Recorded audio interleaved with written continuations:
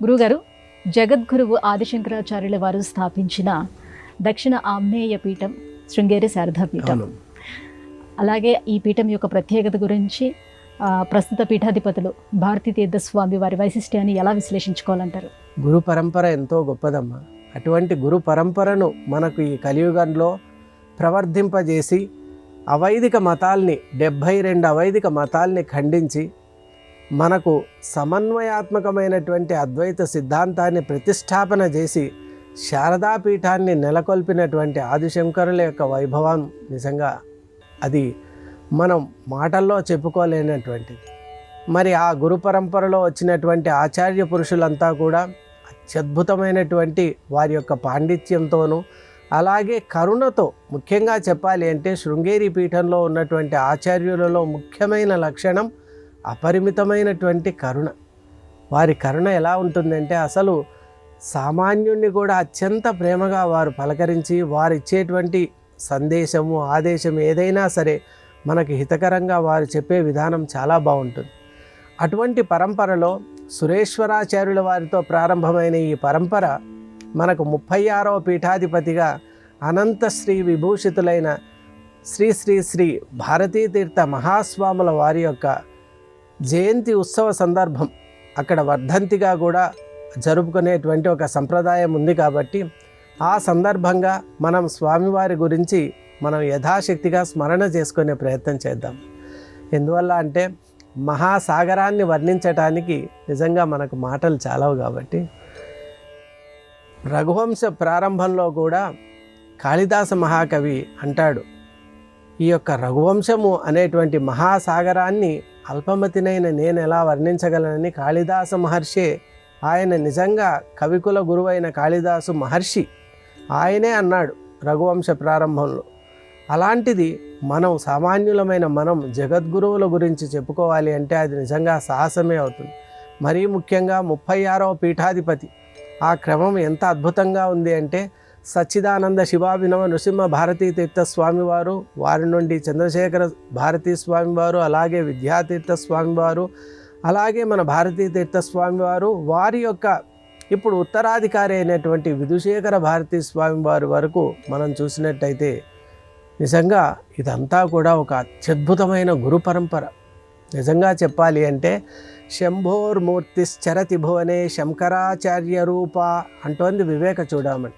నిజంగా శంభు అంటే ఆ మహేశ్వరుడు, పరమేశ్వరుడు, పరమశివుడే గురు రూపంగా ఈనాటికి కూడా మనల్ని అనుగ్రహించటానికి భూమిపై ఉన్నారు. ఆ రూపమే ఈ యొక్క జగద్గురువుల యొక్క రూపం, స్వరూపం. అసలు వారి తత్వం అవగతం చేసుకోవడం మానవ మాతృలమైన మనకు సాధ్యం కాదు. సమస్త శాస్త్రాలు, సమస్తమైనటువంటి విద్యలు, సమస్త ఉపాసనలు, అలాగే సమస్తమైనటువంటి విజ్ఞానాన్ని ఒక సాగరంగా గనుక మనం తీసుకోగలిగితే ఆ సాగరమే మన జగద్గురువులు. మరి అటువంటి జగద్గురువుల యొక్క కరుణ కూడా ఎంత గొప్పది అంటే వారి యొక్క రాక ఎలా ఉంటుంది అంటే వసంతవల్ లోకహితం చరంతః అని, వసంత ఋతువు వచ్చినప్పుడు ఈ యొక్క ప్రకృతి అంతా ఎలా పరవశిస్తుందో వారి రాక చేత, వారి దర్శనం చేత, వారి యొక్క అనుగ్రహం చేత ప్రపంచమంతా కూడా అలా పరవశిస్తూ ఉంటుంది. మరి ఆ జగద్గురువులైనటువంటి భారతీ తీర్థ మహాస్వామి వారితో ఒక స్వీయ అనుభవాన్ని మీకు మనవి చేస్తాను. అప్పుడు అద్వైతంలో నేను చేస్తున్నటువంటి ఒక ప్రాజెక్టు విషయంలో సురేశ్వరాచార్యుల వారు రచించినటువంటి వారిని వార్తికకారులు అని అంటారు. అసలు మన సంప్రదాయంలో వేదవ్యాస మహర్షి అనుగ్రహించిన సూత్రాలకు భాష్యం రాశారు శంకరాచార్యుల వారు, వారిని భాష్యకారులు అంటారు. వారి భాష్యంపై సురేశ్వరాచార్యుల వారు వార్తికం అని రాశారు. చాలా విస్తృతమైన గ్రంథం. ఆ వార్తికం ఒక అద్భుతం. ఆ గ్రంథాన్ని రచించిన సురేశ్వరాచార్యుల వారు 2 వార్తికాలు రచించారు. ఒకటి బృహదారణ్యకోపనిషత్తుకు రచించారు, రెండవది తైత్తరీయోపనిషత్తుకు కూడా రచించారు. బృహదారణ్యకోపనిషత్తు భాష్య వార్తికం చదవగలిగే అదృష్టం కలిగింది.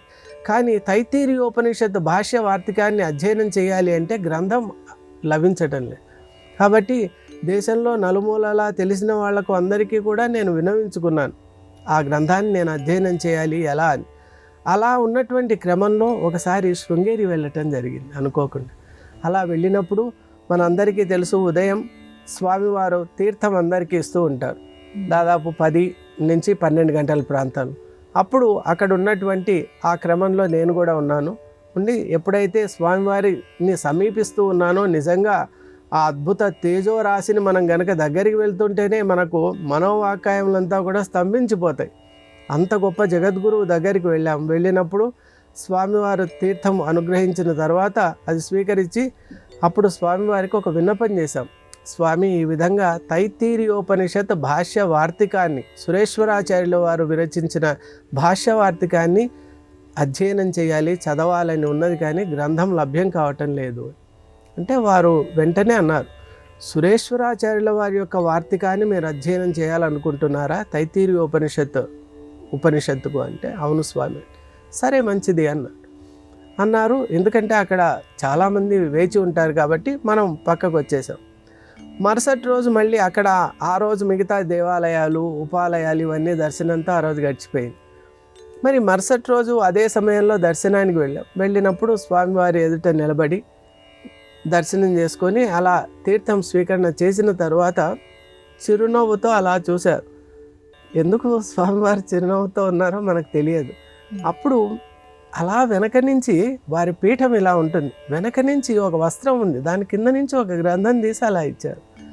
ఆ గ్రంథం చేతిలోకి ఎప్పుడైతే తీసుకున్నానో అదే తైత్తీరియోపనిషత్ భాష్య వార్తికం, సురేశ్వరాచార్యుల వారి వార్తికం.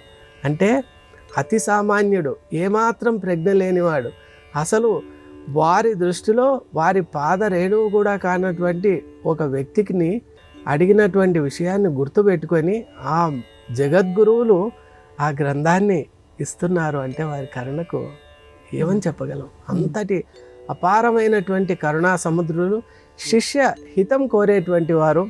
నిరంతరం కూడా మనమంతా ఇప్పుడు ఇన్ని రకాలుగా ఇన్ని దేశాల్లో ఇన్ని ప్రాంతాల్లో ఉంటున్నామంటే వారు చేసేటువంటి తపస్సు అనుష్ఠానమే దానికి కారణమని ఈనాటికి కూడా విశ్వసిస్తున్నాను. ఈ సందర్భంగా వారికి శతకోటి ప్రణామాలను అర్పిస్తూ ఉన్నాను.